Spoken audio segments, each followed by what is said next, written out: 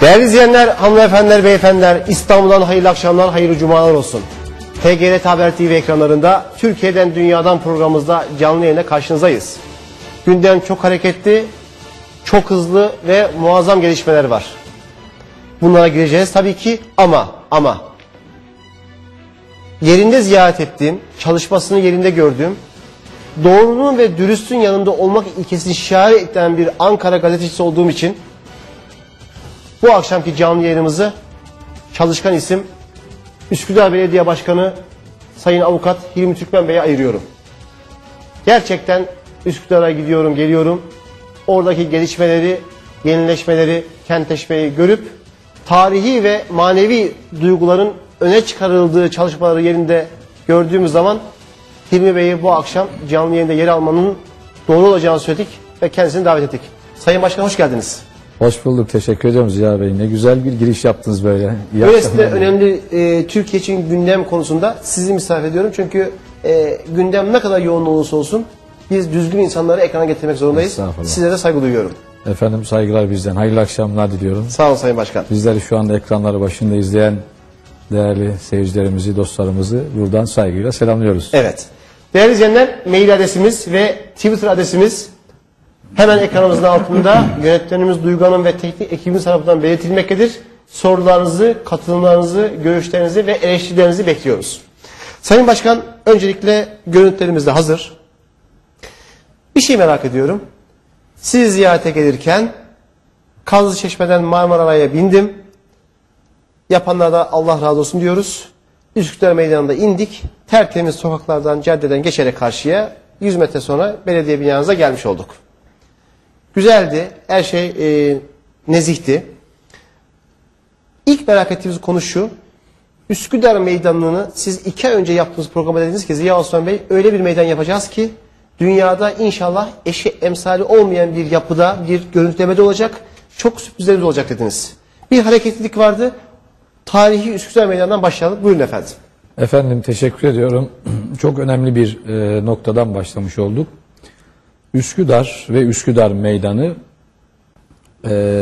İstanbul'un en kolay ulaşılabilir ve en çok kullanılabilecek bir meydanı hüviyetinde şu anda. Çünkü gerek Anadolu yakasının son ilçesi olması hasebiyle Üsküdar, evet.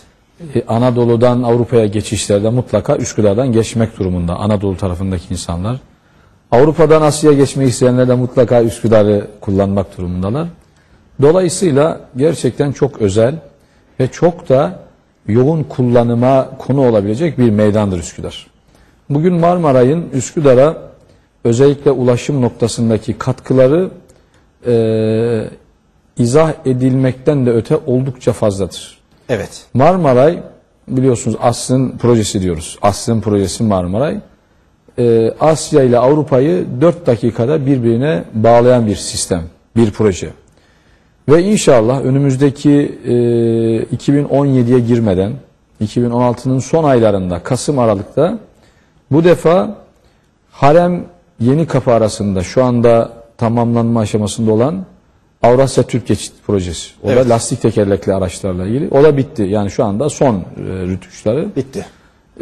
Orası da hizmete girdiğinde ardından Üsküdar, Ümraniye, Çekmeköy metro hattı var. O da tamamlandı. O da bu yıl inşallah hizmete giriyor. Yani 2016'nın sonu, 2017'nin başlarında Üsküdar'dan Ümraniye, Çekmeköy'e kadar ve inşallah 2023'e kadar Üsküdar'dan Sabiha Gökçen Havalimanı'na kadar bu raylı sistem çok güzel bağlanmış olacak demektir. Dolayısıyla hakikaten Üsküdar Meydanı hem çok kullanışlı hem de çok kolay ulaşabilir bir meydan haline gelecek demektir. Şu anda bizim gerek Üsküdar Belediyesi olarak gerekse İstanbul Büyükşehir Belediyesi olarak yaptığımız ve şu anda son projenin son noktasına gelmek durumunda olduğumuz projemiz inşallah Haziran-Temmuz aylarında ihalesi yapılıyor. Bu yıl bitmeden artık bu meydanla ilgili icraatlara başlamış oluyoruz. Hayırlı olur inşallah. Çünkü Üsküdar Meydanı bu bahsettiğimiz ulaşım sistemleri de hizmete girdiğinde Harem Yenikapı, Üsküdar, Ümraniye, Çekmeköy, zaten Marmaray, bir de biliyorsunuz bundan 15-20 gün önce Sayın Kadir Topbaş Başkanımız açıkladılar. Evet. Üsküdar-Kabataş arası Yürüyerek geçmek yürüyüş için, evet. Bantlarıyla yine denizin altından yürüyüş ulaşım sistemiyle Üsküdar Meydanı muazzam bir meydan olacak demek. Üsküdar İstanbul'a gerçekten damgasını vuracak. Bu çıkıyor ortaya. Zaten Ziya Osman Bey, Üsküdar İstanbul'un fethinden önce Müslümanlaşmış bir şehir. 1350'li yıllardan itibaren Müslümanların ana yurdu olmuş. Evet. Yahya Kemal bir ulu rüyayı görenler şehri Üsküdar derken aslında buraya işaret ediyor. İstanbul'un fethi 1453, 100 yıl öncesinden Müslümanların ana yurdu olmuş. Dolayısıyla kadim bir tarihi, eski bir yerleşim yeri ve bir Müslüman şehir. Her zaman, her dönem, bundan sonraki dönemlerde de Üsküdar, İstanbul'un her zaman tercih edilen, çok rahat ulaşılabilen, çok rahat nefes almak, soluklanmak için tercih edilen bir ilçesi olacak demektir. Evet. Değerli izleyenler, bir samimi itirafta bulunmak istiyorum. Çok belediye başkanı ve canlı yayın yaptım. Yani çok derken 5'i geçmemiştir. Hepsine saygı duyuyorum, değer veririm. Ama en çok katılımın olduğu sosyal medya anlamında Sayın Hilmi Türkmen oldu. Bu akşam da böyle başladı. Efendim, Adil Yüceer Bey soruyor. Siz spontane gelişmeyi seversiniz. Evet. Hazırlıklı sorularla değil, direkt sorulara muhatap olmayı isteyen bir insansınız. Aynen öyle. Diyor ki size selam etmiş. Aleyküm. Zeynep Kamil mahallemiz eski ve dar sokaklardan oluşuyor. Binalar çok eski. Kentsel dönüşüm bize de uğrayacak mı demiş. Eyvallah. Buyurun Çok efendim. güzel. Bugün bir okulu ziyaret ettim ben. Okulda da bir öğretmenimiz Selimiye'de oturuyormuş o da. Dedi ki başkanım, Selimiye'ye kentsel dönüşüm ne zaman gelecek? Buna benzer bir soru Zeynep Evet. Kamil ile ilgili de aynı soru. Kentsel dönüşüm bahsinde özellikle bahsedeceğim ama soru yeri gelmişken cevaplayalım. Tabii bu kentsel dönüşüm konusu Ziya Osman Bey ne zaman gelecek sorusunun cevabı ilgili tapu sahibinin ve karar vereceği bir konudur. Bizim Üsküdar'da kentsel dönüşümün gelmeyeceği, kentsel dönüşümün uygulanmayacağı bir alan yok. Öyle mi efendim? Boğaz öngörünün bölgesi dediğimiz Üsküdar'dan işte Kuzguncuk, Beylerbeyi, Çengelköy o sahil şeridi hattında imarla ilgili bir sıkıntı var, bir kısıtlılık var. Onun dışında Üsküdar'da kentsel dönüşüm zaten gelmiş durumda. Bu Zeynep Kamil'deki hemşehrimiz ne zaman gelecek, ne olacak bu işte mahallenin hali derken orada oturan sevgili vatandaşlarımız buna karar verecekler. Bizim belediye olarak görevimiz planlarla ilgili, projelerle ilgili vatandaşlarımıza destek olmak. Bunun yanında dönüşüme evet demek, dönüşümü başlatmak mülk sahiplerinin, tapu sahiplerinin vereceği karar demektir. Bunu birazdan açacağım. Evet. Ama şu Üsküdar Meydanı'yla ilgili önemli bir konu. Doğru. Bizim bu akşam burada belki de en çok konuşmamız gereken iki konudan birisi Üsküdar Meydanı'dır. Bundan daha önemlisi belki de kentsel dönüşüm meselesidir. Evet efendim. Ama buyurunuz. İnşallah uzunca bir Zamanınız var, hiç sorun yok. problem yok. Bizde anlatacaklarımız var tabii. Şimdi Üsküdar Meydanı'nda sevgili Üsküdarlar beni şu anda zannediyorum can kulağıyla dinliyorlar. Çok büyük bir katılım var belli. 2004'ten beri Ziya Osman Bey 2004'ten beri bizim Üsküdar Meydanımız ne yazık ki bir şantiye alanı. Ben hiç unutmuyorum. 8 Mayıs 2004 idi. Marmaray'ın temelinin atıldığı gün. Evet. O zaman Sayın Cumhurbaşkanımız Başbakanımız idi. Onun himayelerinde temel atma töreni yapmış idik. Yani 2004 yerel seçimlerinin hemen akabinde bir iki ay sonra yapılan bir törenle. Biliyorsunuz bu eski eserlerin işte yeraltı kazılardan çıkan tarihi eserlerle ilgili bu Marmaray'da bir 4-5 yıllık gecikme oldu aslında. Yani Marmaray 2013'te değil de 2009'larda hizmete girecekti. Bu tarihi eserler dolayısıyla biraz uzadı. Ama sonuçta hamdolsun gayet güzel bir şekilde hizmet veriyor. Evet. Şimdi bizim bu dönem bu Üsküdar'daki meydandaki bu şantiye görüntüsünü artık bitirmemiz lazım. Hakikaten Üsküdarlı esnaflarımız, hemşehrilerimizin bu konuda muazzam sabrettiler. Kolay değil. Çünkü biraz önce de bahsettik. Üsküdar çok yoğun ve hareketli bir ilçe. Bizim hareketli günlük nüfusumuz Ziya Osman Bey 2 milyon. 2 milyon Üsküdar'ın hareketi var, nüfusu var. Muazzam. Normal sabit nüfusumuz 550 bin ama 2 milyonluk bir hareketten bahsediyoruz. Ve bu alan şantiye alanı. Tam Marmaray bitti. Üsküdar-Ümraniye hattının inşaatı başladı. Şu anda onun şantiye alanı görüntüsünde Üsküdar. İşte inşallah yıl sonuna bitecek. Dolayısıyla bu dönem 2017'nin sonu, 2018'in başlarında Üsküdar Meydanı'nda artık şantiye görüntüsü olmayacak. Çok güzel bir haber bu. Kesinlikle bütün planlamamız, bütün zamanlamamız bu yöndedir. Sağ olsun Büyükşehir Belediye Başkanımız, Kadir Topbaş Başkanımız ve ekibi olmak üzere şu anda adeta harıl harıl projenin son aşamasındayız. Üsküdar'da o bahsettiğimiz ana meydan, Marmaray'ın çıkışlarının olduğu meydanlar, ana meydan. Bir de bizim şu anda Üsküdar Belediye'miz var. Şu andaki içerisinde olduğumuz eski belediye binamız. Eski belediye binası. O binamız ve onun çevresi. Oradan itibaren biliyorsunuz bir işhanı var. Katlı otopark var ve yine bizim bir alışveriş merkezimiz var. O bölge, orası da ikinci bir meydan. Onun adı da Mimar Sinan Meydanı. Yani belediyenin olduğu alanı kastediyorum. Ana meydan aşağıdaki meydan. Belediyemizin oradaki meydan Üsküdar Mimar Sinan Meydanı. Ve yeni belediye binamız. Şu anda inşaatını tamamladık. Önümüzdeki Haziran'ın 15-20'lerinde inşallah yeni binamıza taşınıyoruz artık. Yani çok güzel bir bina yaptık. Yeni binamıza taşınır taşınmaz. Bayramdan önce taşınacağız inşallah. Allah nasip ederse Ramazan bayramından önce yeni binamızdayız. Hemen Ramazan bayramı biter bitmez. Biliyorsunuz insanlar bayramdan sonra memleketine gidiyorlar. İstanbul nüfusu biraz azalıyor. Üsküdar'da öyle. Okullar da kapanacak. Tam da Üsküdar'ın nüfusu biraz azaldığında, trafik rahatladığında biz belediye binamızı, eski belediye binamızı, arasındaki iş merkezlerini, katlı otoparkı, ondan sonraki iş merkezini komple yıkıyoruz. Öyle efendim. Komple oraları güzel. Çok güzel bir müjde bu. Hayırlı olsun. Mimar Sinan Meydanı dediğimiz meydan burası. Ve buranın altını Ziya Osman Bey komple yeraltı otoparkı yapıyoruz. Evet.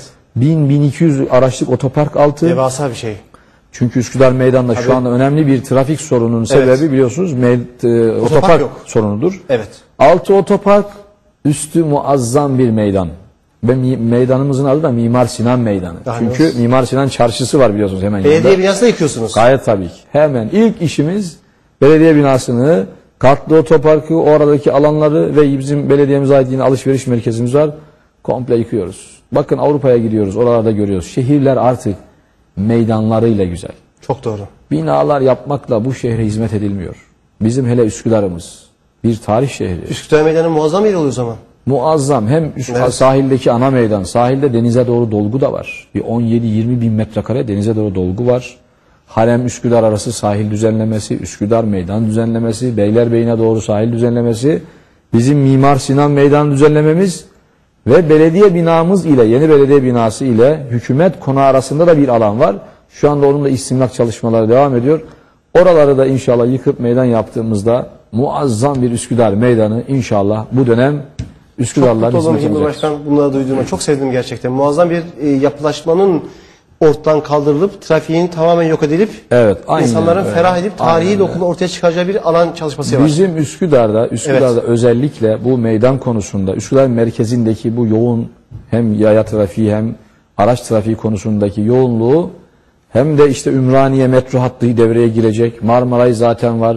İnşallah yürüyüş yolu da yapılacak. Harem Üsküdar arası zaten Harem Yenikapı arası da hizmete giriyor. Gerçekten Üsküdar Meydanı'nın çok geniş olması lazım. Çok rahat olması lazım ki bu projelerimiz tamamlandığında bu yıl kazmayı vuruyoruz. Temmuz Ağustos'ta bu yıkım işlerini yapıyoruz. Hemen zaten Haziran'da ihalesi var bunun. Yıl sonundan önce yer teslim ve inşaatı başlayacak demektir. Evet. Hayırlı uğurlu olsun. Efendim gelelim şu kentsel dönüşüme. Muazzam sorular var. Şu ana kadar 150 tane soru var. Maşallah. Yetiştiremeyeceğiz her zamanki gibi ama efendim 2 beyler soruluyor ama şu kentsel dönüşüme bir girelim. Buyurun. Şimdi ben buradan yine bizim Üsküdar'daki hemşehrilerime özellikle bu kentsel dönüşüm konusunda özellikle anlatmak istediklerim. Bursa'dan selam var size. Aleykümselam. Bursa'da bir tarih şehri. Evet. Bursa ile Üsküdar aynı sonuçta. Tabii ki. Selam olsun bizden de Bursa'ya. Şimdi bu kentsel dönüşüm konusu aslında sadece Üsküdar'ın, İstanbul'un değil. Bugün bütün Türkiye'nin yaylasına kadar, mezralarına kadar, köylerine kadar, şehirlerine, kasabalarına kadar her yerin, her yerleşim yerinin aslında sorunudur. Önümüzdeki 5 yıl, 10 yıl, 20 yıl, 50 yıl bilemeyiz bunun süresini ama mutlaka bütün Türkiye'de bu çarpık yapılaşma, yorgun yapı, depreme dayanıksız yapılar mutlaka yenilenmek durumunda Ziya Osman Bey. Çok haklısınız. Biz deprem ülkesiyiz. Türkiye bir deprem kuşağında. İstanbul'da öyle. İstanbul deprem kuşağındayız biz. Deprem bizim ne yazık ki bir acı gerçeğimiz. Bunu kimse inkar edemez. Bu kentsel dönüşüm meseleleri, bu kentsel dönüşümle ilgili yasal düzenlemeler, uygulamalar hepsi aslında depreme hazırlık. Depremden önce Allah muhafaza deprem gelmeden önce depreme hazırlık anlamında düşünülmesi gerekir. Kentsel dönüşümü sırf bir ranta dönüştürmek, biz buradan nasıl kısa yoldan köşeyi döneriz, rant elde ederiz, bu mantık yanlış. Kentsel dönüşümün amacı depremsellik anlamında afete hazırlık demektir. Tabii ki birinci amacı bu ama bu hazırlık sayesinde insanlar ciddi anlamda da zenginleşebilirler. Malları, gayrimenkulleri değerlenebilir. Hiçbir sorun yok. Ben her platformda söylüyorum. İstanbul'un taşı toprağı altın değil mi? Böyle diyoruz. Üsküdar'ın taşı toprağı yakut. Şu anlattığınız projelerle beraber ben söylemek istemiyorum. Üsküdar'ın fiyatları çok artar. Kesinlikle öyle. Üsküdar'da her geçen yıl demiyorum bakın. Her geçen gün, her geçen ay Üsküdar çok daha değerleniyor. Yakut bile az. Bu dediğimiz Marmaraylar, işte Ümraniye hattı, Avrasya Tüp Geçit Projesi, Çamlıca Camii de önemli bir Üsküdar için hem maddi hem manevi bir zenginliktir. Dolayısıyla bu kentsel dönüşüm bir afete hazırlık olarak düşünmek lazım. Zaten bu kentsel dönüşüm yasasının adı afet riski altındaki alanların dönüştürülme yasası. 6306 sayılı yasa. Her yer için geçerli. Türkiye'de, her bölge için. Dolayısıyla bizim de Üsküdar'da önemli bir konudur. Depreme hazırlık konusu, kentsel dönüşüm konusu. Bizim Üsküdar'ımızın merkezi eski yerleşim yeri. Bahsettik biraz önce. Evet. En eski yerleşim yerlerinden birisi. İstanbul Fethi'nden 100 yıl önce kurulmuş Müslüman şehri. Müslümanlaşmış bir şehir. 100 yıl önce.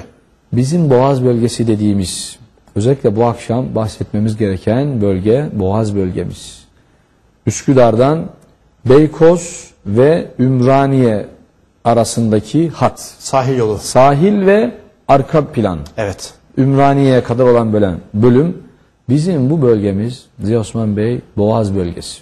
Boğaz bölgesi. Bu bölgenin tamamı ne yazık ki tamamına yakını, tamamı da demeyelim ama kaçak yapı. İskansız, ruhsatsız yapı ve proje yok. Yani binaların yapılışı işte günümüz bundan 20-30 yıl önceki şartlara göre yapılmış. Görüntüyü alalım biraz, ilgi yapalım. Duygu Hanım, evet. Ve ruhsat yok, proje yok.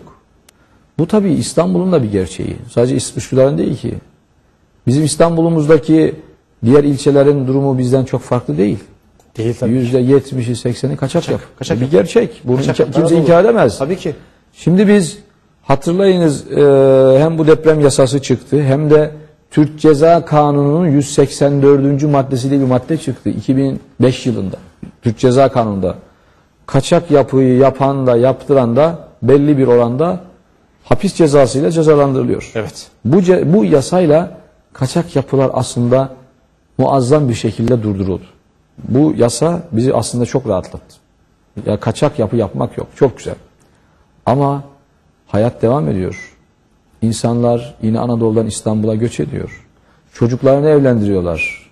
Yeni evlere ihtiyaçları var. Yeni daireler, yeni bağımsız bölümler. Efendim yapamazsın. Evet. Dur. Tamam duralım ama ne olacak? Nereye kadar gidecek bu iş? İşte bu deprem yasası dediğimiz yasa imdada yetişti. 6306 sayılı yasa. Bu yasa sayesinde insanlar şimdi dönüşümü başlattılar. Bizim Üsküdar'da şu anda kentsel dönüşüm var. Şimdi diyor ya Zeynep Kamil'den ya da Selimiye'den dostlarımız, başkanım bize ne zaman gelecek? Şu anda bizim Üsküdar'ımızda kentsel dönüşüm devam ediyor zaten. Acıbadem'de, Barbaros'ta, Altunizade'de, Üsküdar merkezde, bu Boğaz bölgesi dediğimiz bölgenin dışındaki bölgelerde kentsel dönüşüm var. Yaklaşık 1000'e yakın biz bina yıktık. Şu anda yıkıp yapıyor insanlar. Ve şu anda 450 tane bina yıkımı bekliyor. Kentsel dönüşüm işlemleri devam ediyor. İşte onlar riskli yapı ilan etmek vesaire projeleri hazırlamak zaten devam ediyor. Ama bizim Boğaz bölgesi Osman Bey, Üsküdar'ın nüfusu 550 bin dedik biraz önce. Evet. 550 bin nüfusun yarısı Boğaz bölgesi. Öyle mi efendim? 270 bin insanımız yaşıyor. Çengelköy, Beylerbeyi sırtları. Evet. Beylerbeyi'nden Küplüce, Kirazlıtepe, Mehmet Akif Ersoy, işte Güzeltepe, Çengelköy, Bahçelievler, Yavuztürk, Ferah'ın bir kısmı bizim bu bölgeler Üsküdar nüfusunun yarısının yaşadığı bir bölge. 270 bin. Ve Evet. dedim ya tamamı kaçak. Bu bölgede dönüşümün bugüne kadar başlayamayışının sebebi 2960 sayılı bir Boğaz Kanunu var. Boğaz Kanunu 1983'te çıkarılmış bir kanun. Evet. Kanun amacı Boğaz'ı korumak. Boğaz'ı imar kirliliği anlamında korumak için çıkarılmış bir yasa. 1983. Bu kanuna göre Boğaz'ı korumak lazım. Boğaz'da plan yapmak için, uygulama yapmak için bu kanunu dikkate almak gerekir demektir bu. Tabii ki. Ama ne yazık ki kanun Boğaz'ı koruyamamış. Aslında Boğaz'ı kanun değil, uygulayıcıları korumamış. Ben burada geçmişi kimseyi suçlama anlamında söylemiyorum bunu. Elbette. Ne yazık ki öyleydi o zaman. Tespitinizi söylüyorsunuz. Evet. Dolayısıyla bu 1983'te çıkan yasa gereği Boğaz'da plan konusunda bir sıkıntı var, bir kısıtlılık var. Bu sıkıntıdan dolayıdır ki dönüşüm bu bölgede başlayamamış. Biz gerek 2009-2014 arası geçtiğimiz dönem Tamam. ve gerekse 2014 seçimlerinden itibaren Boğaz bölgesindeki vatandaşlarımıza dedik ki bu Boğaz bölgesinin kentsel dönüşümün önündeki en büyük engel olan imar sorununu bir çözeceğiz dedik.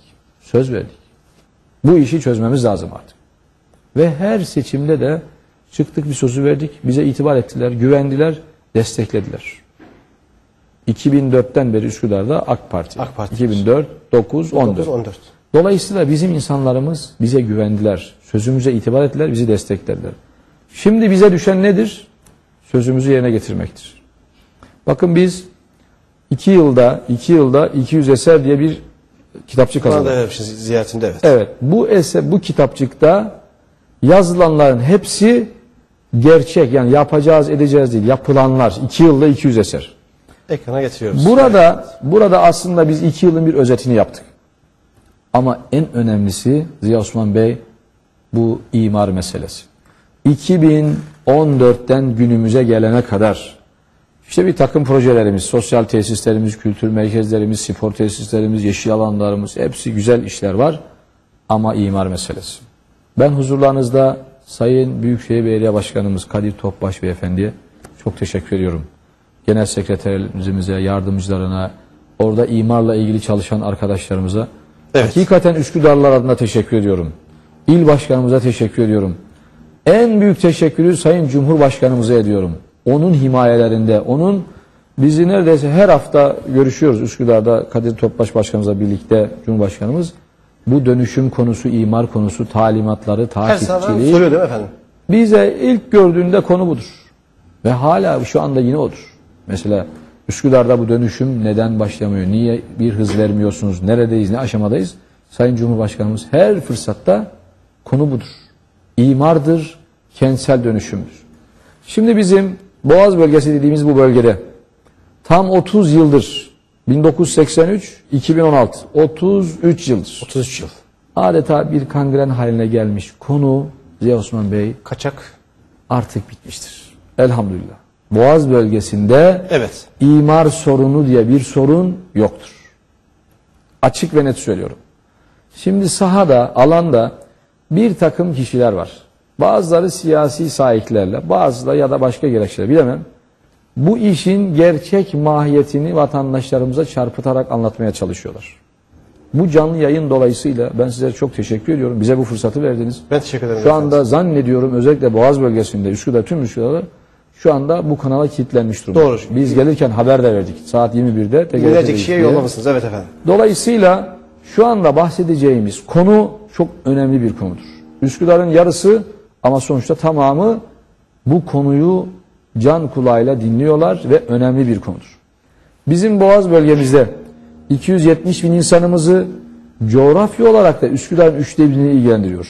Bu imar sorunu artık bitmiştir. Ne oldu biliyor musunuz? Nedir efendim? İmarla ilgili çözüm ne oldu? Boğaz bölgesinde Evet. o ön görünüm dediğimiz sahil şeridi hariç geri görünüm ve etkilenme bölgesi dediğimiz alanda planla ilgili 30 yıllık problem bitmiştir. Sonuç ne oldu? 2 kat olan imar, 2 kat inşaat yüksekliği 650 diyoruz biz buna. Evet. O tarih olmuştur. Bunun yerine geri görünümde 6 kat. 6 kat imar hakkı ve emsal 1,5 bulmuştur. 0,30 idi 1,5 oldu. Ne demektir bu? 5 kat artmış. Evet. Yani eskiden 100 metre arsası olan vatandaşımız Tamam. 30 metre inşaat yapabilir iken kapalı alan, şimdi 150 metrekare kapalı alan yapabilecek. Eskiden örneğin 300 metre tapusu var. 300 metre. Bizim Üsküdar, Burhaniye'de, Küplüce'de, Kiraztepe'de, evet. Mehmet Akif'te. 300 metre tapum var başkanım. Ne yapabilirim? 300 metre tapunuzu 1,5'la çarpın. Ne yapar? 450 metre. 90 metreden 5 daire demektir. Eskiden neydi? 300 metreye 90 metreden 1 daire. 1 metre 1 daire yerine 5 daire oldu. Bu şu demektir. Kentsel dönüşümde imarla ilgili bu kısıtlılık kalktığına göre artık bu işin önü açılmış demektir. Bizim Öyle şu anda Boğaz bölgemizde Osman Bey, kentsel dönüşümün önündeki imar sorunu kalktı. Böyle bir sorun yok. Sorun ne biliyor musun şu anda? Tapularımız hisseli. Bölgenin tamamına yakını ne yazık ki hisseli. Evet. Biz bu müstakil tapularda da bu imarı veriyoruz. Onu da söyleyeyim. Müstakil tapularda da bu hak var. Evet. Hisseli parsellerde hissedarların bir araya gelmesi lazım artık. İşte örneğin Yavuztürk'te. Yavuztürk'te 7 kat. 6 da değil. Yavuztürk'teki kat yüksekliği 7 kat. 5 artı 2. 2 Bodrum kazanı 7. Orası etkilenme bölgesi çünkü. Geri görünüm dediğimiz Yavuztürk'ten yani NATO yolundan Küplüce'ye kadar olan kısım 6 kat. Bizim bu bölgede tapular hisseli parseller 100 dönüm parsel var. 50 dönüm parsel var. 30 dönüm parsel var ve bunlar hissedar hepsi. Karışık. Bunların hepsinin hissedarlarının en azından 2/3'ünün bir araya gelmesi lazım. 2/3. 30 dönüm bir parsel düşünün. 20 dönümün sahipleri bu işe evet demeli. Evet efendim. Diğer 10 dönümü demese de bu iş yürür aslında. Ama isteriz ki oy birliğiyle çıksın. Oy birliğiyle çıksın. Neden? Çünkü çok daha hızlı yürür. Bakın biz şu anda alanda geziyoruz. Kahvelere, derneklere gidiyoruz. Görüyorum efendim. Orada vatandaşlarımız ben görüyorum ve mutlu oluyorum. Gayet güzel çalışıyorlar, görüşüyorlar. Efendim bize soruyorlar. Kentsel Dönüşüm Müdürlüğümüze geliyorlar. Müteahhitlerle görüşüyorlar. Mesela biz de tavsiye ediyoruz gidin konuşun, görüşün, TOKİ ile anlaşın vesaire. Yani yeter ki bu dönüşüme evet deyin. Kentsel dönüşümün önündeki, kentsel dönüşüme evet demenin önündeki en büyük engel imardaki kısıtlılık idi. 2 kat imardı. Evet, şimdi o kısıtlılık kalktı. Artık bir araya gelmek çok daha kolay. Evet. Efendim bir ara vereceğiz. Bu tatlı sohbetimiz sürecek. Değerli izleyenler, gerçekten son dönemlerin en keyifli programını yapıyoruz. İzlenebildik. Oranımız iyiydi. Bu akşam katladık Hilmi Başkan sayesinde. Kısa bir reklam arası. Daha sonra TGRT Haber TV'de Üsküdar Belediye Başkanı Sayın Avukat Hilmi Türkmen Bey ile sohbetimize devam edeceğiz.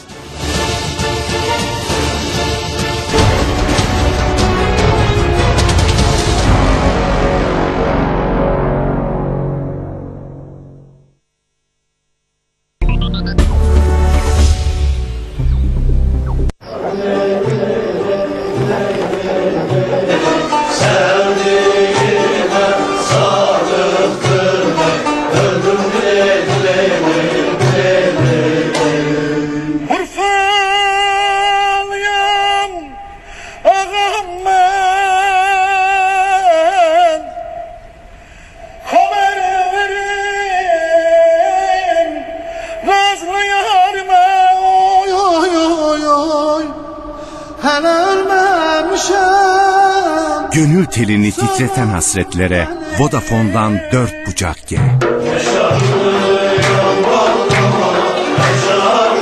Türkiye Türkiye'yi dünyanın en geniş 4.5G ağıyla buluşturuyoruz. Siz de hemen 4.5G yazıp 4545'e mesaj atın, 4.5G farkını deneyimleyin.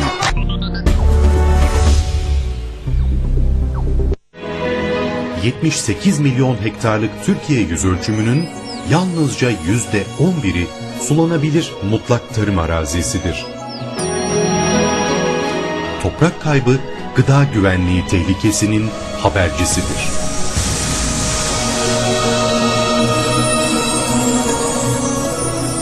Üretilemeyen kaynak bir avuç topraktır. Çocuklarımıza yaşanılabilir bir dünya bırakmak için haydi Türkiye, tarım arazilerini birlikte koruyalım. Çünkü ben güvenir, gıdayla büyüyeceğim. Verimli tarım arazilerine yapılacak tarım dışı faaliyetlere izin verilmeyeceğini kamuoyunun bilgisine saygılarımızla sunarız.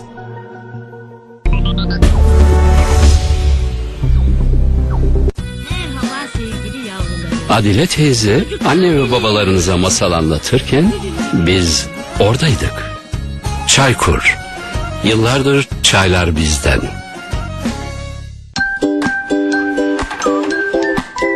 Her çocuğun annesiyle bir mutfak hikayesi, bir de en sevdiği yemek vardır. Benimki evim güzel evim yemeği. Yani bildiğiniz kıymalı patates. Öğrenciyken evden uzaktaydım. Eve döneceğim zaman annem sorardı. Ne istersin? Patates yemeği. Oğlum yine mi? Evet yine anne. İşte bu yüzden bu yemeğin adı evim güzel evim yemeği. Çünkü bu yemeğin kokusu anneme döndürür. Arçelik olmazsa anneminki gibi olmaz. Teşekkürler anne. Her lezzeti mucizeye çevirdiğin için. Annenizin o en sevdiğiniz yemeğinin tarifini hikayesiyle beraber mucizelezzetler.com'da paylaşın. Arçelik mutfak ürünlerinde indirimler kazanın. Belki o tarifi bu kez siz yaparsınız. Teşekkürün en lezzetli halini annenize ellerinizle sunarsınız. Evde çeşit çeşit ihtiyaç var. İstikbalde hepsi için bir fırsat var. Sağlam kullanışlı bir baza arayana Ferro bazalarda %25+10 indirim. Evini yenilemek isteyene şık, modern star oturma grupları 2383 TL'ye. Yeni bir yuva kuracaklara üçlü düğün paketleri 8370 TL'den başlayan fiyatlarla istikbalde. Üstelik maksimum kartı özel peşin fiyatına 12 taksitle. Her ev güzel istikballe. Simper simper her yer simper. Simper simper al bir simper. Simper anneler seni bekler. Hızın yeni adıyla tanışın. Giga 4.5G uyumlu LG G5 ile cepten en hızlı internet deneyimini yaşayın. Tasarımda devrim yaratan LG G5, geniş açılı çekim yapabilen çift arka kamerası, modüler yapısı ve farklı renk seçenekleriyle Türk Telekom mağazalarında sizi bekliyor. Herkes için fiber gücü, akıllı telefon için Türk Telekom.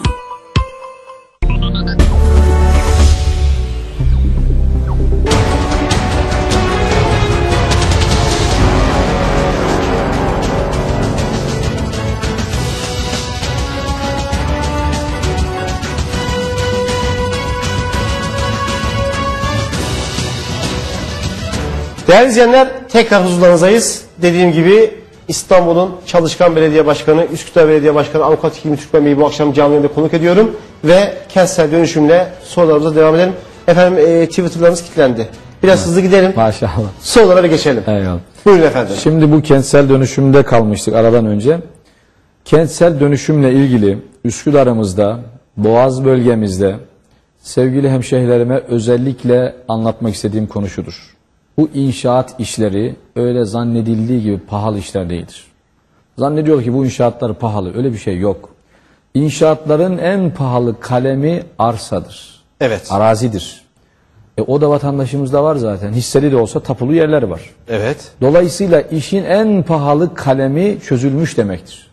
Ben her platformda, her fırsatta hemşehrilerime diyorum ki sakın arsalarınızı satmayın. Satmayın. Satmayın. Üsküdar'da arsa satılmaz. Varsa alın. Her zaman alan karlıdır. Ve her sene çok daha değerlenecektir. Bakın biraz önce anlattık imarla ilgili. Evet. 1'e 5 oldu. 1'e 5 oldu. 1'e 5 oldu ve daha da olacak. Bu projeler tamamlandığında işte ulusal projeler var. Raylı sistemler, Çamlıca Camii vesaire. Sakın yerlerinizi satmayın. Ve müteahhitlere gidiyorlar şimdi kat karşılığı.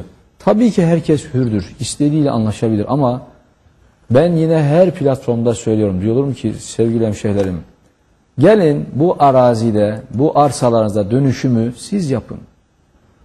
Kendi parselinizde oturun, hissedarlarınızla beraber, ortaklarınızla Tamam. kurun bir kooperatif, yapın inşaatınızı. Zor değil ki bu iş. Çünkü harç yok. İnşaat harcı yok. Evet. Biz belediye olarak bu inşaat harçlarından ciddi anlamda kaybımız var. Hiç sorun değil, önemli değil. Yeter ki vatandaşlarımız dönüşümü gerçekleştirsin. 2, kira yardımı var. 18 ay karşılıksız kira yardımı. Aylık 800 lira. Karşılıksız, faizsiz. Evet, biz kira ödüyoruz ve verdiğimiz parayı geri almıyoruz. Üsküdar Belediyesi olarak söylüyorsunuz. Evet efendim. 18 ay. Evet. 3, Daha ne olsun? taşınma ücreti de bizden. Allah Allah. Evet. 4, konut kredisi alacaklar. Bu inşaatı yapacaklar mesela. Çok cüz'i faiz oranlarıyla kredi imkanı da var. 2 yıl geri ödemesiz, 10 yıl vadeli krediler var. O zaman ne kaldı bu işin önünde? Engel yok ki. Evet. Ben öncelikle hemşehrilerime diyorum ki siz oturun, kendi aranızda kooperatif kurun, yapın inşaatınızı. Daha ne olacak beyefendi? Eğer bunu biz yapamayız, biz bununla uğraşamayız başkanım diyorsanız diyorum. Evet. Gidin TOKİ ile anlaşın. Kiptaş'la anlaşın. Yani sosyal kamu kurumlarıyla anlaşın. Anlaşabilirsiniz. Bakın biz Üsküdar Belediyesi olarak NATO yolu üzerinde arsamız var. Ziya Osman Bey. Evet efendim. Şu anda arsamızda biz kentsel dönüşüme başladık. Şu an inşaat yapıyoruz. TOKİ ile anlaştık. 181 tane bize TOKİ bağımsız bölüm yapacak. Şu anda devam ediyor. İnşallah yıl sonuna doğru tamamlayacak. Dolayısıyla arsa bu işin en değerli kalemidir. Arsalarınızdan zenginleşecekseniz siz zenginleşin. Niye başkası zenginleşsin? Niye başkası para kazansın? Ben burada müteahhit dostlarımızı asla hani kötüleme anlamında söylemiyorum. Elbette ki amaçları ticaret yapmaktır, para kazanmaktır. Helalinden kazansınlar. Ama istiyoruz ki zenginleşecek olan önce varsa halkımız zenginleşsin. Üsküdar halkı. Evet. Ve yine ben sahada çokça duyuyorum. Başkanım buraları yıkacak mısınız? Zenginlere peşkeş çekilecek vesaire. Ya böyle bir şey yok ki. Böyle bir şeyin olması mümkün değil ki. Biz vatandaşın tapulu yerinde bizim onunla ilgili bir tasarruf yetkimiz yok ki. Sözde, kararda, yetkide ilgili mülk sahibinindir. Bunu açıkça söylüyoruz. Buralara başkaları, niye gelsin başkaları? Buralardaki dönüşümün sonucunda elde edilecek zenginliğin, güzelliğin, Daha refahın sahibi vatandaş şu anda olacak. oturanlar olsun. Oturanlar olacak. Niye başkası gelsin? Niye gidip kat karşılığı anlaşıyorsunuz? Siz yapın inşaatınızı. Siz yapın kooperatif kurun, yapın inşaatınızı. Sevgili hemşehrilerime her fırsatta söylüyorum. Bu işin en pahalı kalemi arsadır. O da sizdedir. Arsalarınızı satmayın diyorsunuz. Arsalarınıza Üsküdar'da. ortak yapmayın, almayın birilerini, siz yapın. İmarsa imar. Daha ne diyeceksiniz? Emsal artmış, kat artmış. Artık harç yok, kira var. Efendim taşınma ücreti var.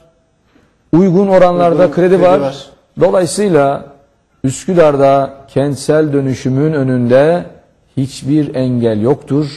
Ve bizim de Üsküdar Belediyesi olarak en önemli kriterimiz yerinde kentsel dönüşüm. Evet. Yerinde. Herkes yerinde kalacak şekilde dönüşüm olsun. Sayın Başkanım o kadar çok soru var ki mail box'ımız falan kilitlendi. Zamanımız da daralıyor. Bu gözüküyor. Sizinle bir program daha önümüzdeki günlerde yapacağız. Çünkü yapmazsak vatandaşa saygısızlık olacak. Onların soruları var. Birkaç tane soru Zamanımız daralıyor falan demeyin Ziya Osman Bey. Balıkçılar Çarşısı istimlak söylentisi varmış. Üsküdar'da buyurun. Yok. Balıkçılar Çarşısı'nda istimlak vesaire yok. Oradaki dostlarımız rahat olsunlar. İstimlak bizim belediye binamızla Katlı Otopark arasındaki alan. Onlarla da bir proje karşılığında anlaştık inşallah. İstimlak Balıkçılar Çarşısı'nda yok. Valide Atik'te dönüşüm olacak mı diyorlar. Biraz önce bunun aslında cevabını vermiş olduk. Zeynep Kamil, Selimiye, Valide Atik, Üsküdar Merkez, Evet.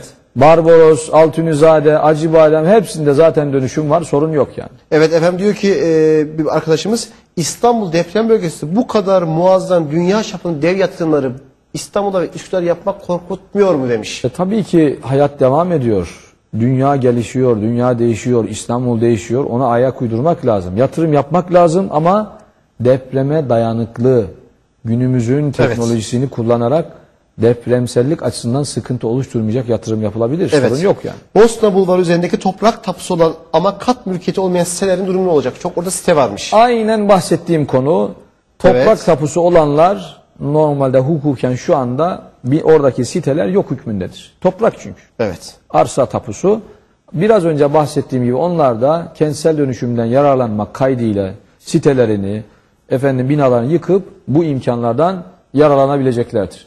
Çengelköy'de hazine taşınmazlarının 2B vasfına girmeyen yerlerde oturanların hak sahibi olma durumu nedir? Bu konuyla ilgili de 2B'ye girmiş olalım. Üsküdar'da Tamam. 650 dönüm 2B arsası var. 650 dönüm. Büyük bir miktar. Bu 2B'ler, ben aynı zamanda hukuk fakültesi çıkışlıyım, avukatlık da yaptım. 2B'ler kısaca Türkiye'de ikiye ayrılır. Tapulu 2B'ler, tapusuz 2B'ler. Bizim Üsküdar'daki 2B'ler aslında tapulu 2B. Yani daha önce tapusu var idi, iptal oldu. Biz bu dönem yine seçim öncesi söz verdik, dedik ki Üsküdar'da 2B sorunu asla kalmayacaktır, çözeceğiz. Ve hamdolsun 2B sorunu da çözülmüş durumda. Biz bu 650 dönümün çoğunun tapusunu verdik. 400 dönüm bitti. Şurada 200-250 dönümlük bir konu kaldı. İnşallah onu da bu yıl içerisinde tamamlamış olacağız. 2B sorunu diye bir sorun Üsküdar'da, Çengelköy'de, NATO yolunda, Bahçelievler, Sultanmurat bölgesi de dahil artık böyle bir sorun kalmayacaktır.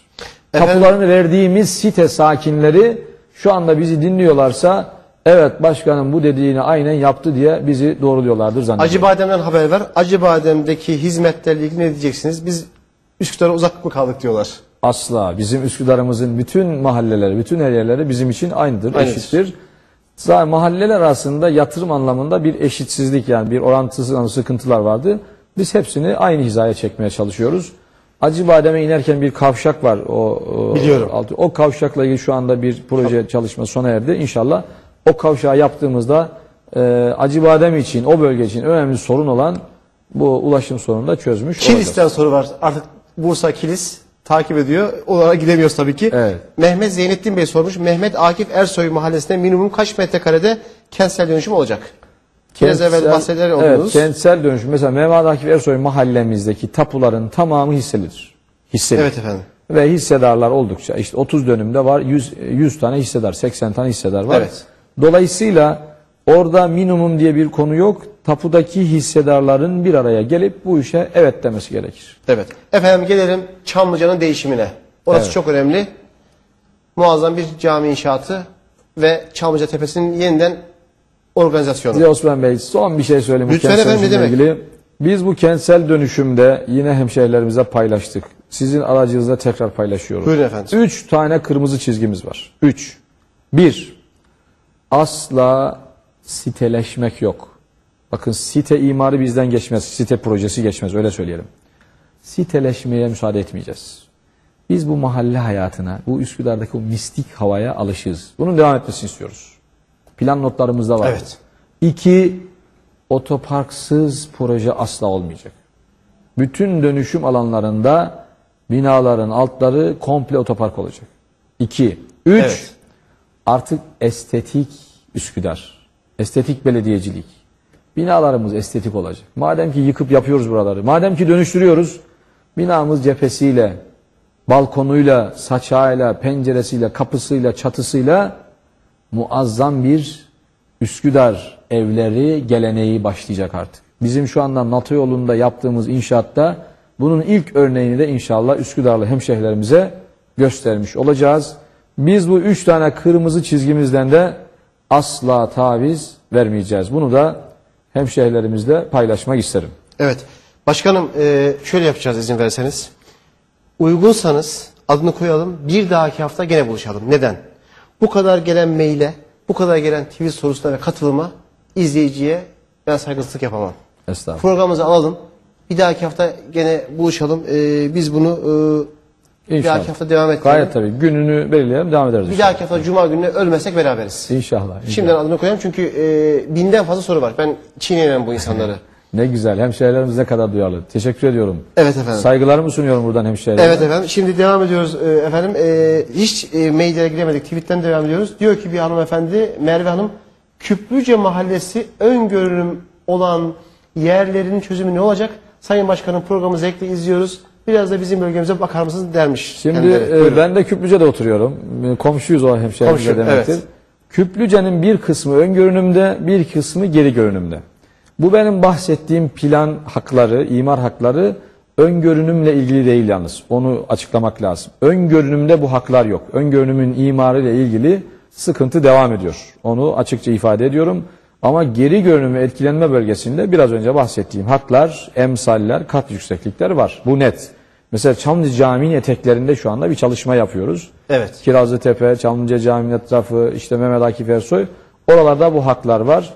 Ön görünümdeki haklarla ilgili çalışmamız var ama henüz oradaki oturan hemşehrilerimize yukarıdaki geri görünümdekiler gibi çok açık müjdeler ne yazık ki veremeyeceğim. Bu arada bir eleştiride bulunacağım. Bir hanımefendi, yani politik olaya girmeyelim. Sorunların çok olması diyorsunuz. Sorunun çok olması vatandaşa bilgi verilmediğinin ispatıdır diyorsunuz. Ne kadar bağnazca ve yaklaşımı çirkin bir düşünce hanımefendisinin düşüncesi. Sorunun çok olması, katılımın çok olması, insanların daha çok bilgi sahibi olması kendi içlerindeki bilgili eksikliğini gidermek içindir. Yani politize olmayın. Gerçekleri görün. Ben Ankara'da yaşıyorum. AK Partili bir belediye başkanlığının yönetiminde olan bir mahallede yaşıyorum. Bizde bu hizmetleri yok hanımefendi. Eleştiri o şekilde yapalım lütfen.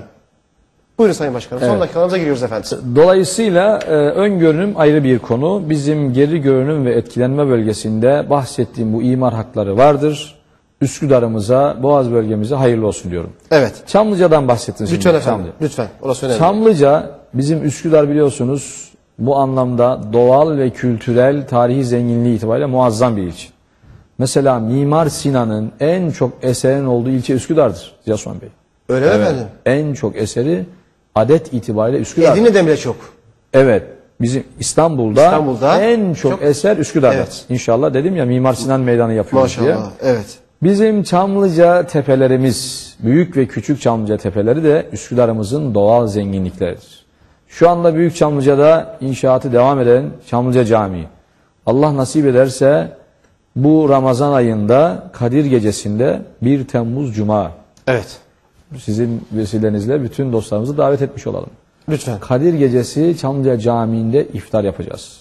İftar. Şu an onun hazırlıklarını yapıyoruz. Bugün bile arkadaşlarımız Çamlıca Camii'nde... Ölmezsem ben de geleceğim inşallah. İnşallah bekleriz. İnşallah. Caminin avlusunda akşam iftarımızı yapacağız. Sonra hep birlikte teravih namazımızı kılacağız. İnşallah. Kadir Gecesi. Ya. Cami devam ediyor inşaatı. 60.000 insan aynı anda namaz kılabileceği bir camidir. 60.000. Dünyanın önemli eserlerinden birisidir.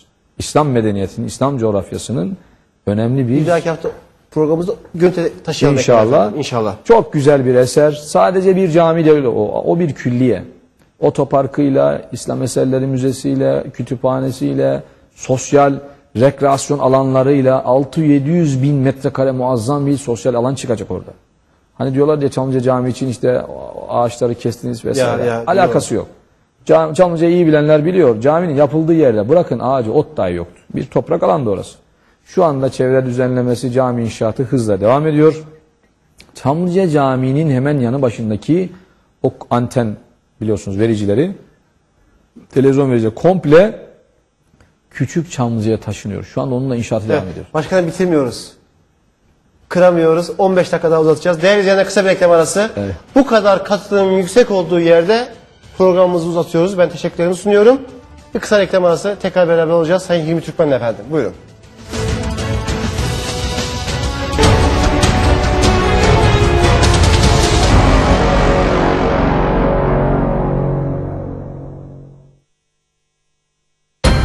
Ziraat Bankası piyasalarda son durumu sunar.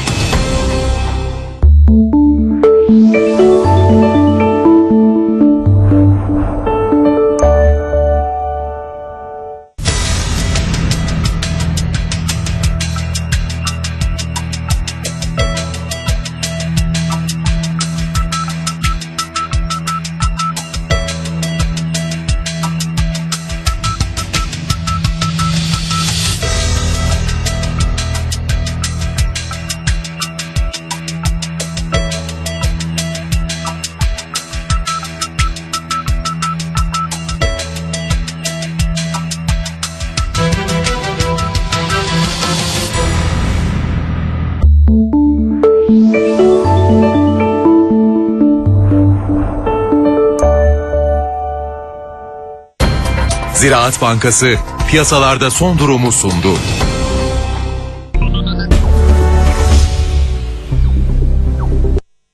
Biz ne manzaralı evler gördük. Mesela uçsuz bucaksız deniz manzarası gördük. Muhteşem şehir manzarası gördük. Olağanüstü orman manzarası gördük. Hatta harikulade gün batımı manzarası bile gördük. Ama böylesini hiç görmedik. Gelin Kartal Manzara Adalara 6500 TL'den başlayan peşinatlarla 2+1 daire sahibi olun. Manzaranın en güzelini görün.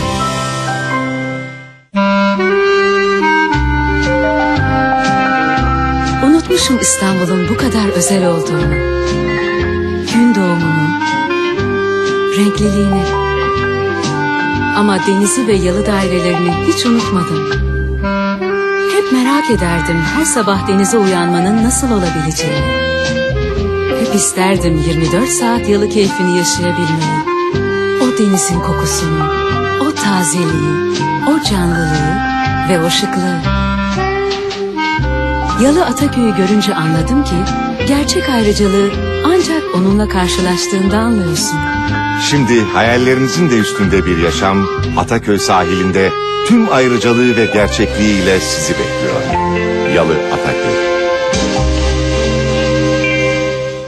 Kupa için, kazanmak için, eğlenmek için Final Four'dayız. Avrupa'nın devleri temsilcimiz Fenerbahçe, Laboral Kutça, CSK ve Lokomotiv Kuba'nın kıran kırana mücadelesi için nefesler tutuldu. Basketbol severlerin heyecanla beklediği Final Four 2016 13-15 Mayıs tarihlerinde sadece Dijitürk'te.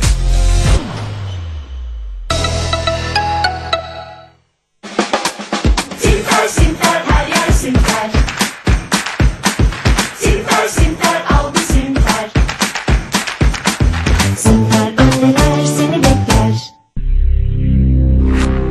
Yolda aniden karşınıza çıkan tehlikenin işareti yoktur. Bunun için Starmax var. Starmax performans lastikleri. Ayşecik, turist Ömer ve arkadaşlarını gülmekten kırıp geçirirken biz yine o masadaydık. Ayşecik, hayatım benim.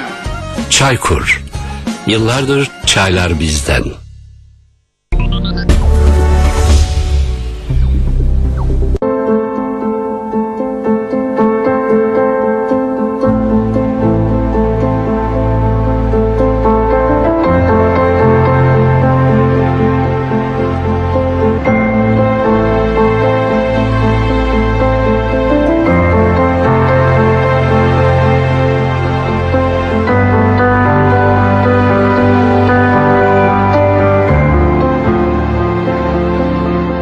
Kıymetli olana nasıl özen göstermemiz gerektiğinin farkındayız. Bize emanet edilene hak ettiğinden azını vermenin adil olmadığının da, yüz binlerce mevsimlik tarım işçisinin hak ettiği sosyal güvenceye, mutluluk ve refah şartlarına kavuşmaları için büyük bir adım atıldı.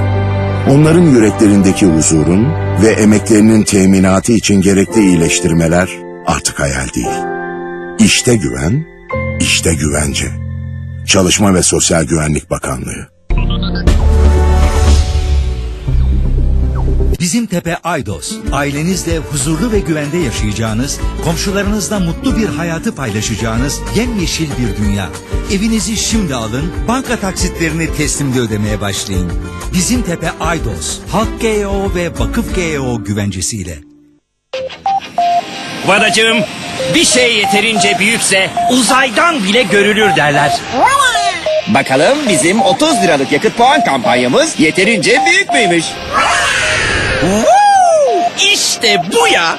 Opet World Kart'tan çok büyük kampanya. Opet World Kart'ıyla 15 Nisan 15 Mayıs tarihleri arasında Opet'ten 3 kere 80 liralık akaryakıt veya otogaz alışverişi yapanlara 30 liralık yakıt puan hediye. Üstelik kampanyaya Yapı Kredi cüzdanla katılın, 40 liralık yakıt puan kazanın.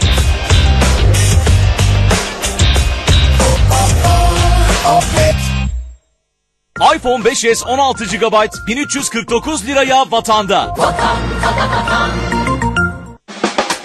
Simper simper her yer simper. Simper simper aldı simper. Ege'yi bu kadar iyi yapan ne? Fiyatın ona ne kadar güvendiğini kanıtlayan 5 yıllık garantisi. Ve artık daha keyifli bir sürüş için yeni tam otomatik vitesi. Bu koşullarda daha iyi bir otomobil varsa hemen gidin onu alın. Fiat Egea, ezber bozan sedan. 4.5G hızını hemen yaşamak için Turkcell'den akıllı fırsatlar. Birbirinden avantajlı 4.5G uyumlu akıllı telefonlar, sadece 19 liradan başlayan fiyatlar ve esnek ödeme koşullarıyla Turkcell iletişim merkezlerinde. Turkcell'le bağlan hayata.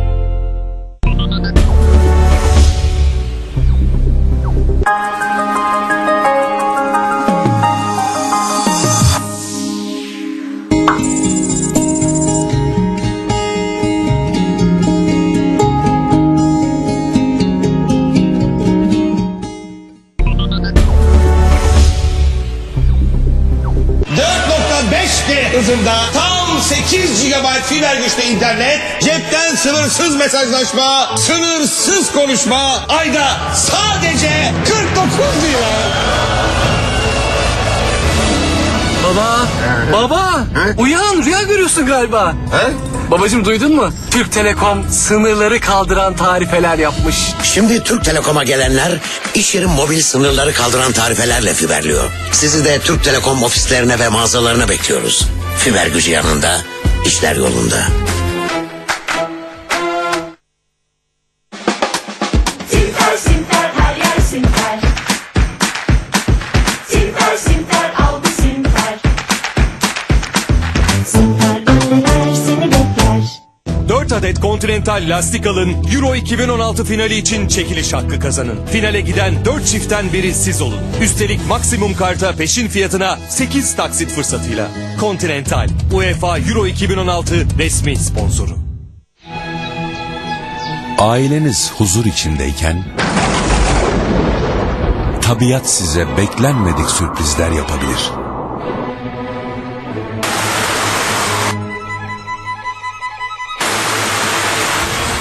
Ama bazen de sürprizi sevdikleriniz yapar.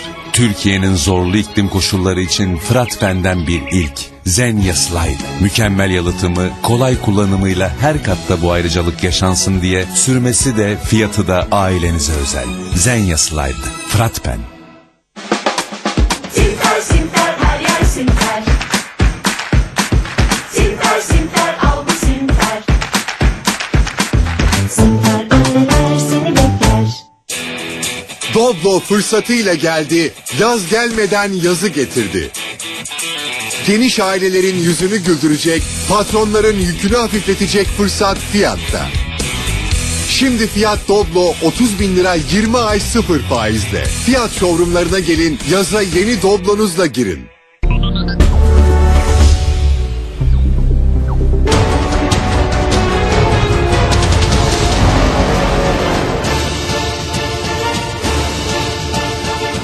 Muhterem izleyicilerimiz, TGRT Haber TV ekranlarında Türkiye'den Dünya'dan canlı yayın programımızda 14 yıldır yaptığımız gibi gene bir programla karşınızdayız.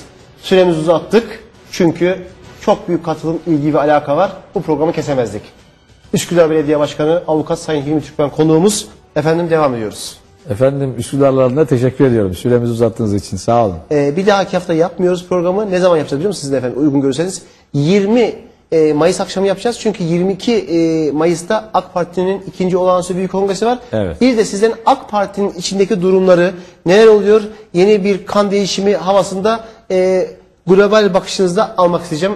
O tarafta yapalım görürseniz. Evet. İnşallah. Efendim şimdi gelelim sosyal ağına. Şu antenleri konuşuyorduk ya. Oluyorum. Çamlıca antenleri insanın midesini bulandırıyor. Evet tabii. Şimdi çirkin bir görüntü. Evet, Çamlıca'daki bu Çamlıca Camii'nin yanındaki, Büyük Çamlıca'nın yanındaki antenler hem dediğiniz gibi hoş bir görüntü değil.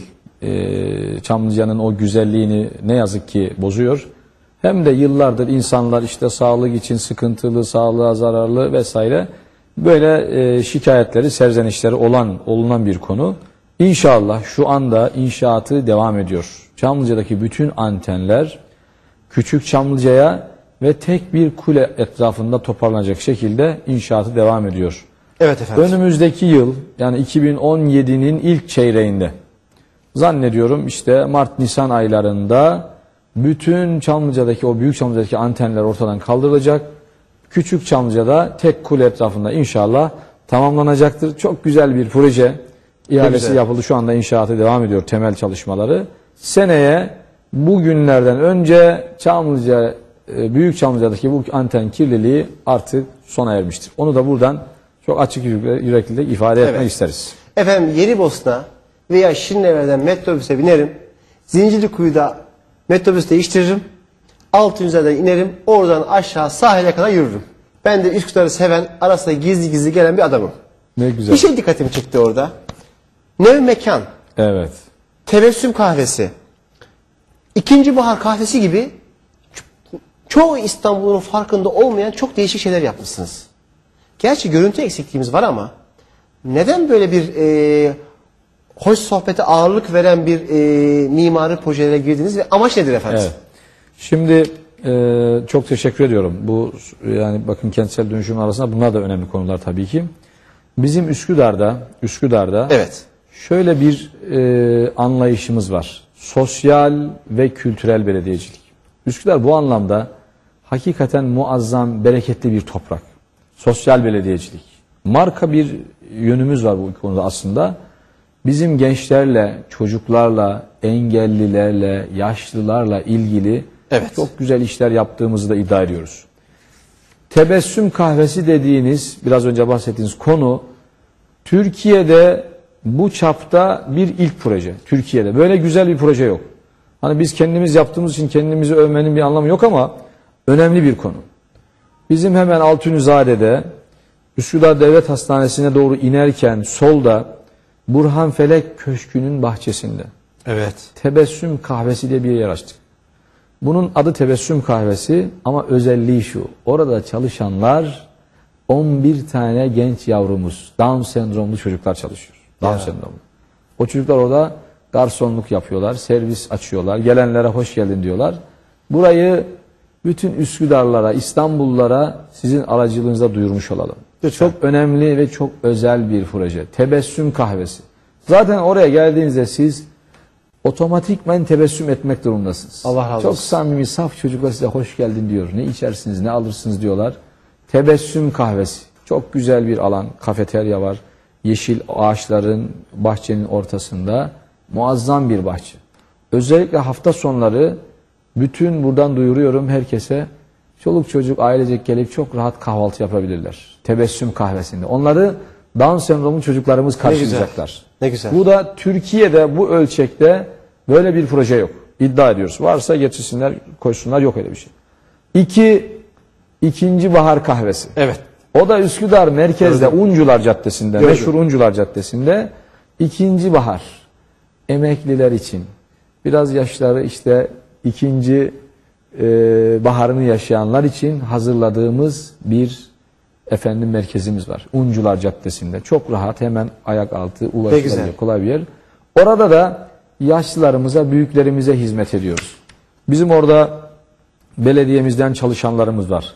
Çayı, kahvesi, pastası, böreği ve hatta şimdi 2 haftadır yeni bir uygulama başlattık. Her sabah orada büyüklerimize sabah çorbası da veriyoruz. Ücretsiz, ikram. Gayet tabii. Biz Üsküdar Belediyesi olarak Üsküdar Meydan'da, iskelenin hemen önünde, iskelede haftanın 5 günü çorba veriyoruz. Herkese. İşe gelip gemiyle karşıya geçmek isteyenler hemen bizim çorbamızı içerler, öyle giderler. Çünkü sabah evden kahvaltı yapmadan çıkıyorlar. Orada herkese çorba veriyoruz. Şimdi biz ikinci bahar kahvesinde de yaşlılarımıza, büyüklerimize aynen bu çorbadan her gün oraya da getiriyoruz işte tencerelerde, kaselerle. Çorbalarını da içiyorlar. Dua ediyorlar. Bizim için zaten önemli olan budur. Merak ediyorum. Ramazan'da ne yapacaksınız? Az bir şey kaldı. Ramazan. Sürpriz mi olsun? Ramazan'dan önce şu Nevmekan dediniz ya. Nevmekan'da konuşalım. Buyurun efendim. Nevmekan. Başka bir yer. Muazzam bir mekan. Evet. Hemen Bağlar başında, kültür merkezinin girişinde. Gördüm. Nevmekan da muazzam bir mekan oldu. Gençler için. Gençler orada geliyorlar, kitap okuyorlar, ders çalışıyorlar, arkadaşlarıyla buluşuyorlar. Hem bir kitaplı kafe türünde bir proje bu. Çok da güzel oldu. Bahçesi de var hemen arka Çok geniş. tarafta. Orada Evet. gençler arkadaşlarıyla buluşuyorlar, proje üretiyorlar, ders çalışıyorlar. Final ve vize zamanlarında Nev Mekanımız gece 1'lere 2'lere kadar açık. Hafta sonları Nev Mekan'da oturmaya yer yok. O kadar güzel bir yer. Ne güzel. Gençleri özellikle bekliyoruz. Gençleri derken kendini genç hisseden herkes buyursun gelsin, hiçbir sorun yok. Hem Evet. bir ders çalışma, kitap okuma, sohbet etme yeri hem Ortamı de, görür. hem de yemek de yiyebilirler. Yani aparatif bazı orada hizmetlerimiz var. Muazzam bir mekan oldu Nev Mekan. Bu da farklı bir uygulama. Hani estetik belediyecilik diyoruz ya. Evet efendim. Bunlardır estetik belediyecilik. Yoksa herkesin tabii ki güzel işler yaptığı ortada. Güzel işler yapıyor belediyelerimiz sağ olsunlar. Ama bunlar biraz farklı işler oldu. Hamdolsun iyi de gidiyor. Rıza Bey sormuş, Selimiye Salacak mahallelerinde ilave kat olacak mı? Ha, güzel bir soru. Aslında Salacak. buralara kentsel dönüşüm gelecek mi diye soranlar da bunu soruyorlar aslında. Tabii İlave ki, kat. tabii ki. Şimdi ilave kat konusu bu işin kolay tarafı. Ve ne yazık ki doğru değil. Bakın şehrimizin nüfusu 550 bin dedik. İlave katlar ilave nüfus demektir. Biz istiyoruz ki Ya. Üsküdarlar Üsküdar'da kalsınlar. Bu şehir bundan fazla nüfusu kaldıramaz. Yoğunluk ciddi anlamda artar.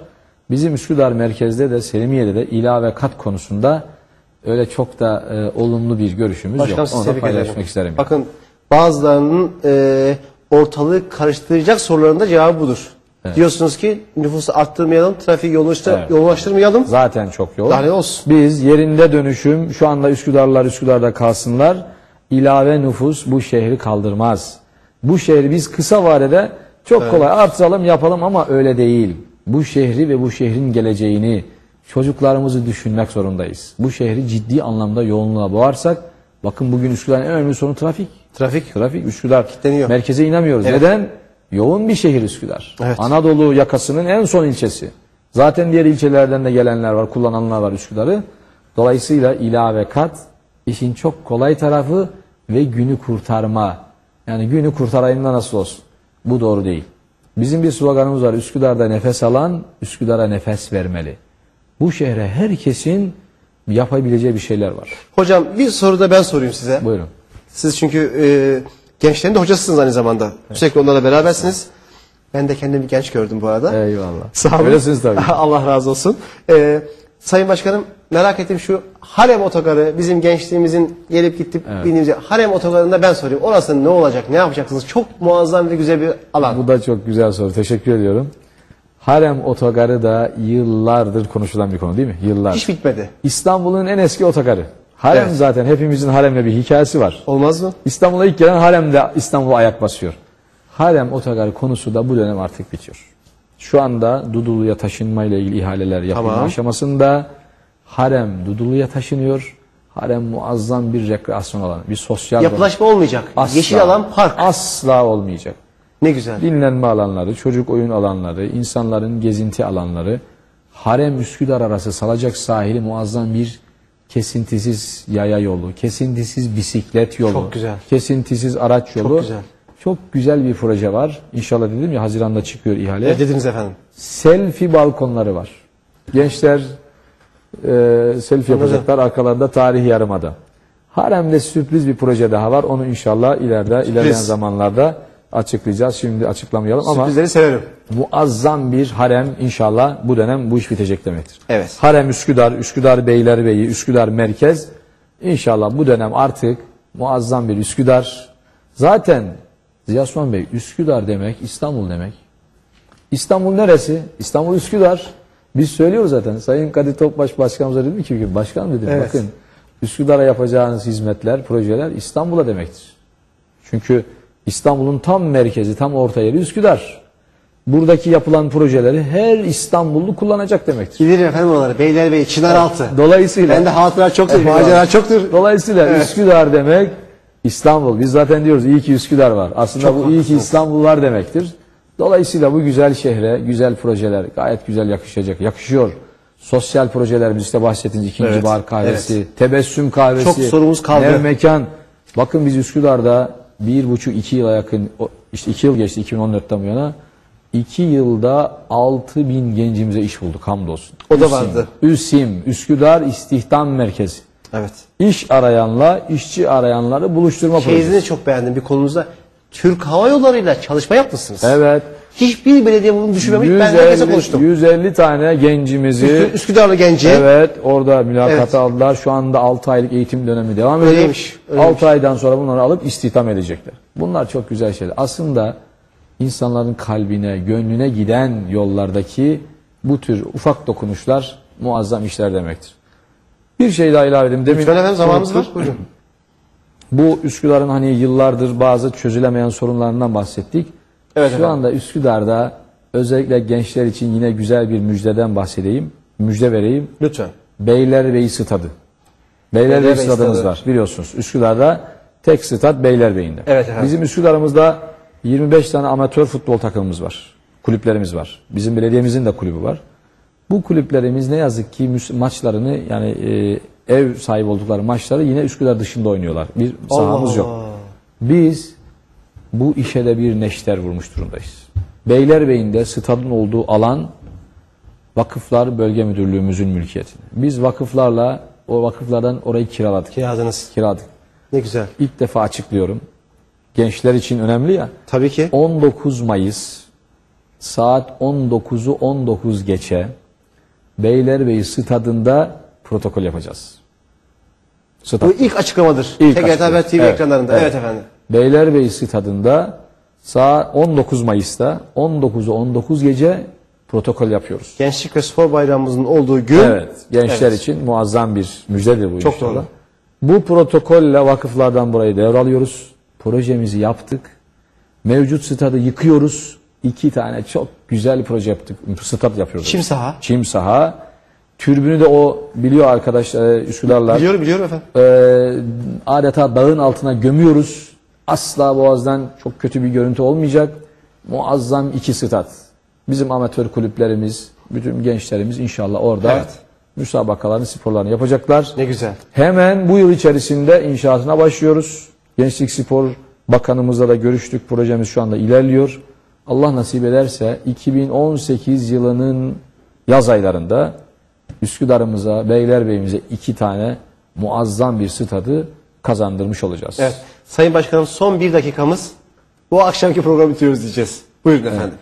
Efendim ben çok teşekkür ediyorum. Ben teşekkür Daha ederim. çok konuşmamız gereken konular Kaldı. var. Sorularım var. Çok güzel Binden fazla soru var. anlatacaklarımız var. Takıldı kaldık. Çalışmalarımız var. 2 yılda 200 eser. Burada yaptıklarımız var. Şu anda inşaatı devam edenler var. Spor salonlarımız, yüzme havuzlarımız var. Sosyal anlamda yaptığımız bir takım çalışmalar var. Bu destek kart konusu önemli bir konu. Üsküdar'da kumanya dağıtma işini kaldırdık. Kumanya yerine vatandaşa nakit içerisine para yüklediğimiz kart dağıttık. Çok muazzam Mesela bir şey. Bugün Mayıs ayı paralarını yatırdık. Bugün. Güle güle harcasınlar ihtiyaç sahiplerimiz. Evet. İnşallah Ramazan ayından önce 2. Haziran nakitlerini de yatıracağız.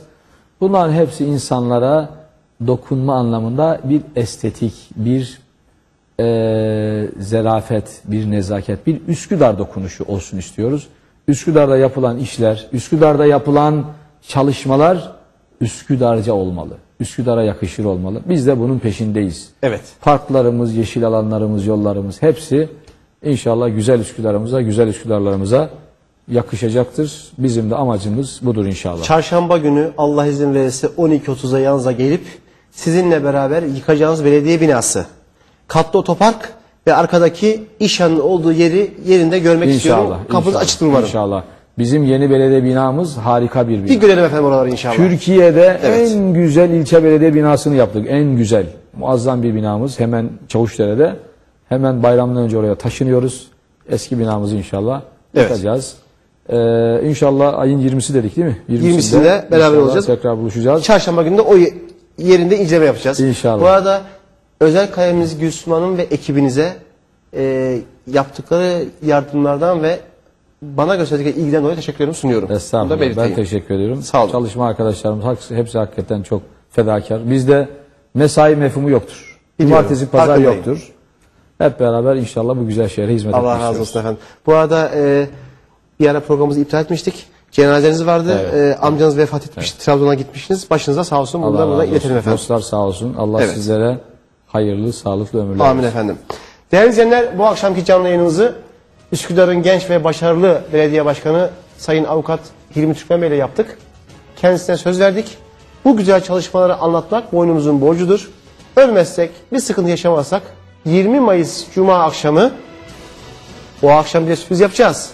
AK Parti'nin ikinci olağanüstü büyük kongresi öncesinde AK Parti'nin içinde neler bittiğini ve nasıl bir kan değişimi olduğunu da Hilmi Bey ile konuşacağız. Çünkü hizmetinin dışında AK Parti'nin içinde çok iyi bilir kendileri. Efendim görüşmek üzere. Cenab-ı Allah ömür verirse bir dahaki hafta Cuma akşamı saat 21'de gene huzurlarınızda olacağız. Hoşça kalın. Allah'a emanet olun.